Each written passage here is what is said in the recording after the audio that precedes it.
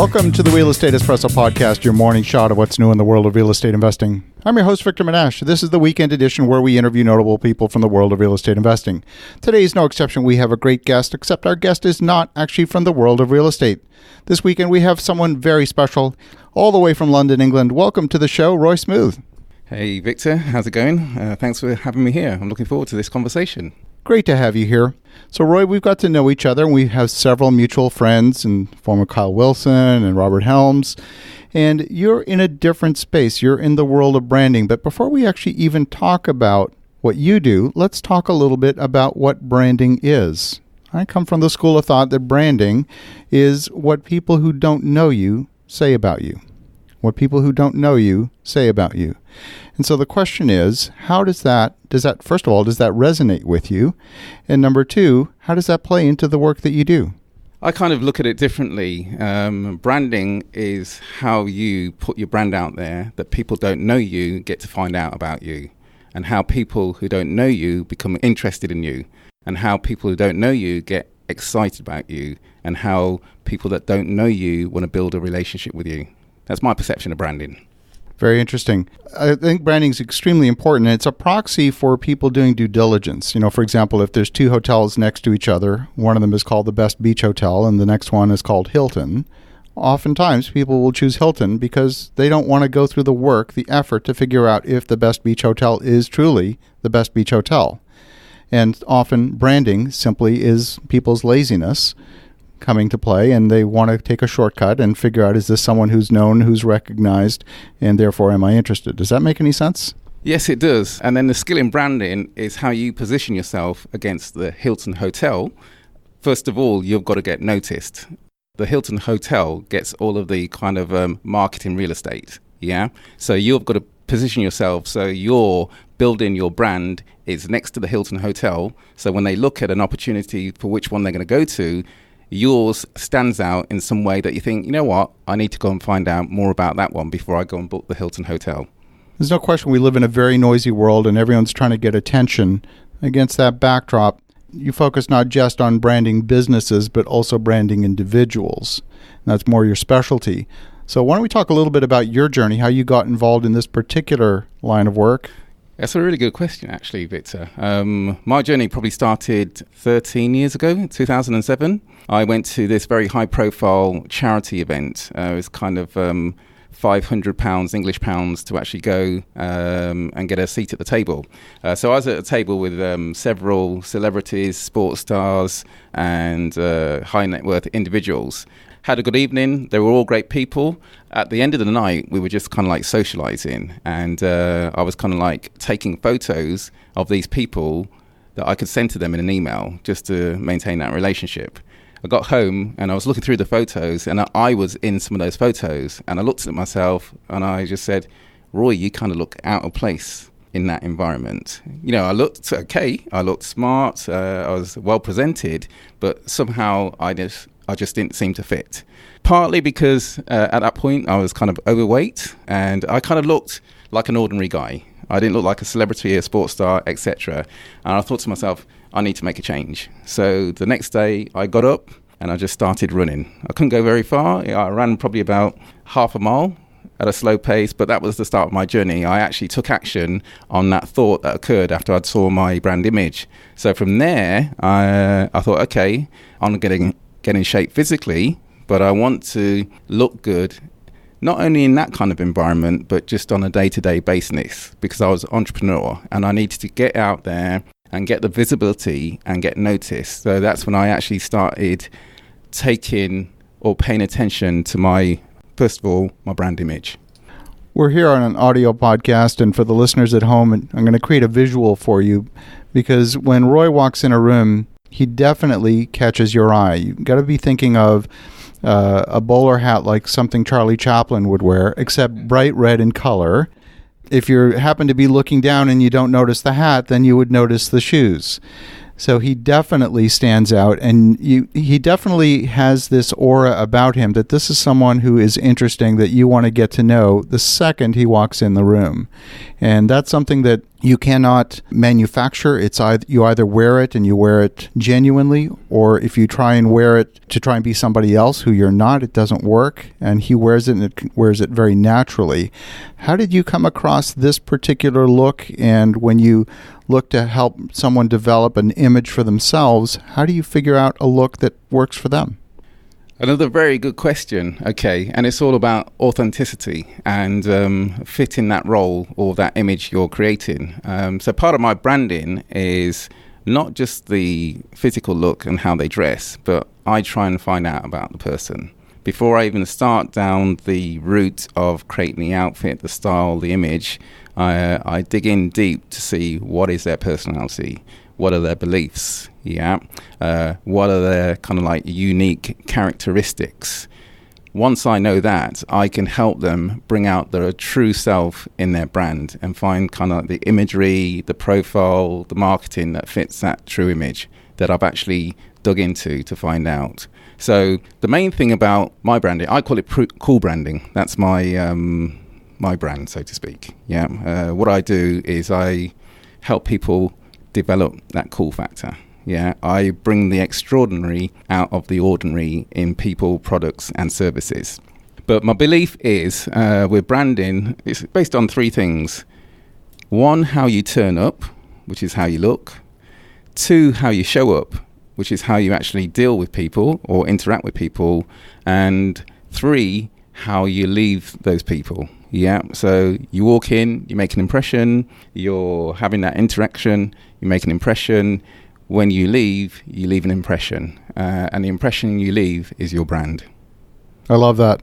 I absolutely love that. So when you walk into a room, you might be at a cocktail party, you might be at a networking event, you scan the room and there's 50 people in the room. How do you decide who you're going to walk up and talk to?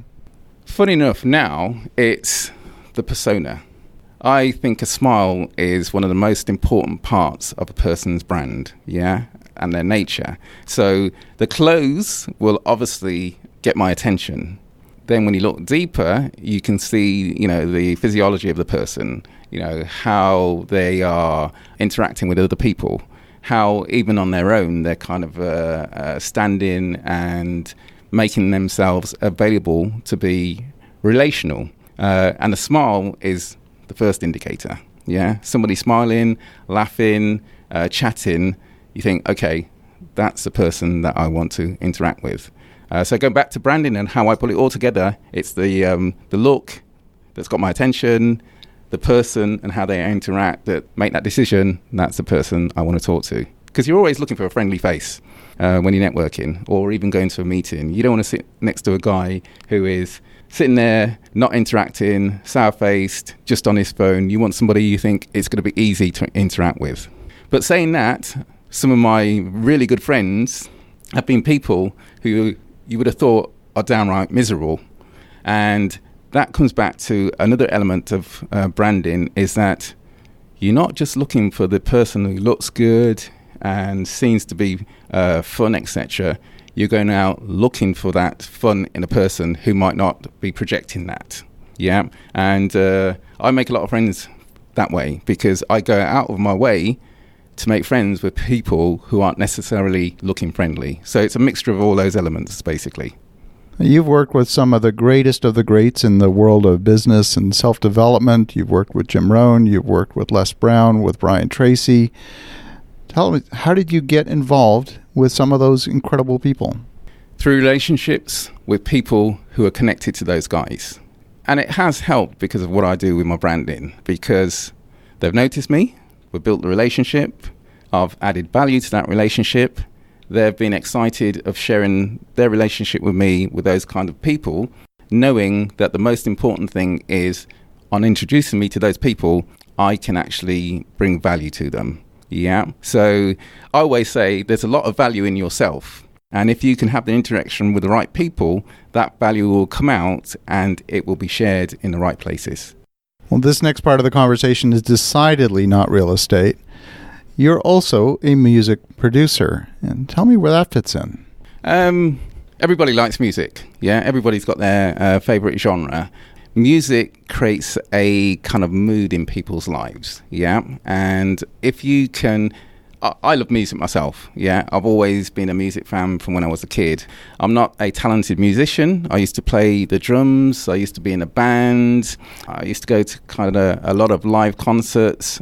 I've always been continually playing music.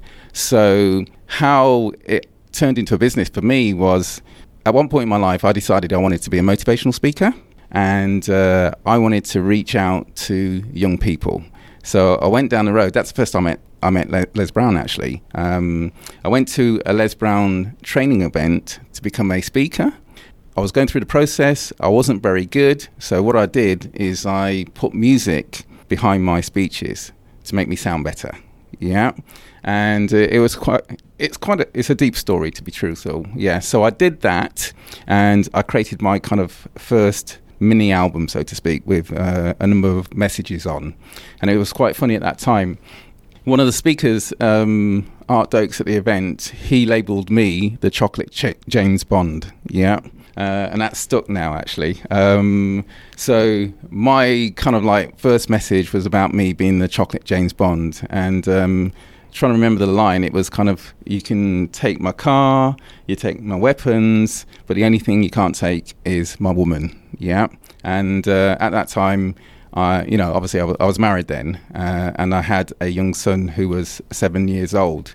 But at that point, my wife at the time, she had breast cancer. And unfortunately, probably about 10 months after that first recording, she passed away, and I lost my wife, Jane, her name was. So I was left with my son, Joseph, 7.5 years old. And what used to happen is we'd be driving in the car, and I'd be playing this first album that I created. And it was just for me privately and my family.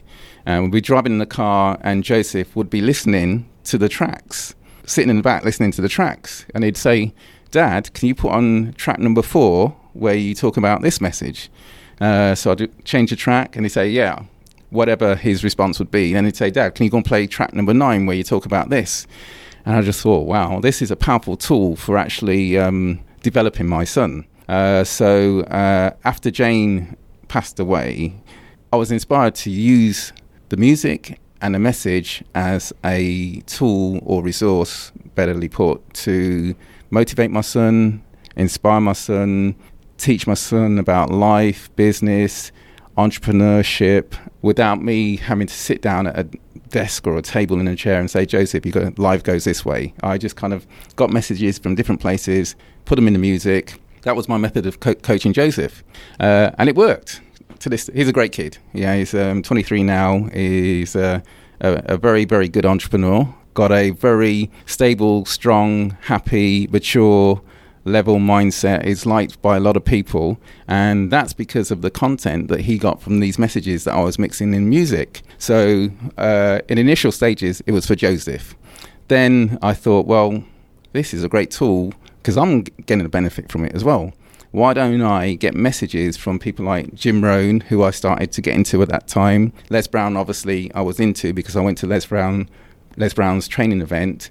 And I thought, well, rather than me trying to become this speaker and go out and share my message with the world, why don't I share the best messages from the best speakers with the music to the world? And that's how it developed. That was 14 years ago when the concept started, but in the first stage, it was just something I'd done just for my son. And it's only been in the last 5 years that I've really given it any attention. And last year, I realized the impact it was making when I suddenly found out that there was 26 million people streaming my content. Yeah. And so now my mission is really to take that to the ultimate level. I want it to be a global, motivational, inspirational and business tool for training young people, business leaders, sports people, entrepreneurs, anyone who's got something that's going to make an impact on their mindset that they want to cement in their thinking by putting that message in the music so they can listen to it repeatedly so that information sticks, whether they need it for encouragement, inspiration, motivation or education. And that's how it's developed. I love that. Now, would you call these affirmations to music? No, they're not. Some are affirmations. In essence, what it is a speaker will give me 3 hours of a presentation, or they'll give me their keynote speech, and then I'll take that and I'll break it down into 10, 12, 15 tracks and actually create an album where I bring out specific messages in each track. If you went to listen to a broadcast on Audible and you had 45 minutes of content, you're not going to listen to that every day in the car. But if it's got a music track behind each element that you want to listen to, and it becomes something that you want to imprint on your mind or your soul or your spirit or whatever else, you could be in your car playing that same 1 track or 5 tracks or album every day. I love it. So if folks want to learn more, if they want to get in touch, what's the best way? The easiest one is roysmooth.com, Roy Smoothe with an E, SMOOTHE, or my actual music page is success, 2, music.com, success2music.com. Fantastic. Well, it's been a pleasure to get to know you, Roy, and for the listeners at home, definitely check out Roy at success2music.com, or reach out to him directly at roysmoothwithane.com, and have an awesome rest of your weekend. Go make some great things happen. I'll talk to you again tomorrow.